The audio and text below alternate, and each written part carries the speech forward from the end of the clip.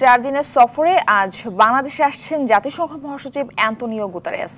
কাল সকালে প্রধান উপদেষ্টা ডক্টর মোহাম্মদ ইউনূসের সঙ্গে আনুষ্ঠানিক বৈঠকে করবেন তিনি। এরপর কক্সবাজারের উখিয়ায় রোহিঙ্গা শিবির পরিদর্শন করবেন দুই নেতা।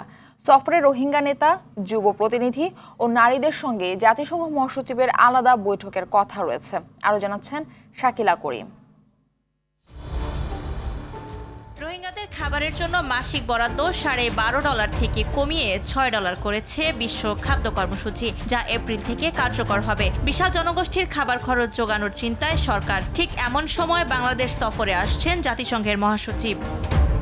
সফরের দ্বিতীয় দিন শুক্রবার সকালে প্রধান উপদেষ্টার সঙ্গে আনুষ্ঠানিক বৈঠক করবেন জাতিসংঘ মহাসচিব। এরপর দুজনে যাবেন কক্সবাজারের উখিয়ায় রোহিঙ্গা শিবির পরিদর্শনে। এ সফরে রোহিঙ্গা সংকট নিয়ে ফলপ্রসূ আলোচনা হবে বলে আশা প্রধান উপদেষ্টার প্রেস সচিবের। ওদের জন্য যে হিউম্যানিটারিয়ান যেটা এইড, এটা শার্পলি ডিক্লাইন করেছে এবং এই ডিক্লাইনটা কিভাবে অ্যারেস্ট করা যায়, এবং আমরা আশা করছি যে তার ভিজিটে মাধ্যমে এইটা এফার্টগুলো রিডাবল হবে to mobilise aid for the Rohingya people. Professor Yunus বারবার চাচ্ছেন এবং যখনই ইন্টারন্যাশনাল ডিগনিটারি তার সাথে কথা বলতে আসছেন, উনি কিন্তু এই রোহিঙ্গা ক্রাইসিসটা হাইলাইট করছেন।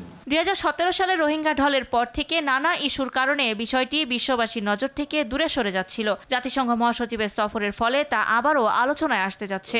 গ্লোবাল যারা সুপার পাওয়ার বা রিজিওনাল, তাদের মধ্যে ইন্টারেস্ট তৈরি হয়, এটা আমরা আশা করব উনি একটা ভালো মেসেজ দিবেন। এর ফলে আমরা খুব early resolution of this crisis আমরা চাই, যাতে রোহিঙ্গারা তাদের রেসপেক্ট এবং ডিগনিটি নিয়ে তাদের দেশে ফিরে যেতে পারেন। রোহিঙ্গা ইস্যু ছাড়াও সাম্প্রতিক সময়ে জাতিসংঘ মহাসচিবের বাংলাদেশ সফরকে বিশেষ গুরুত্বের সাথে দেখা হচ্ছে।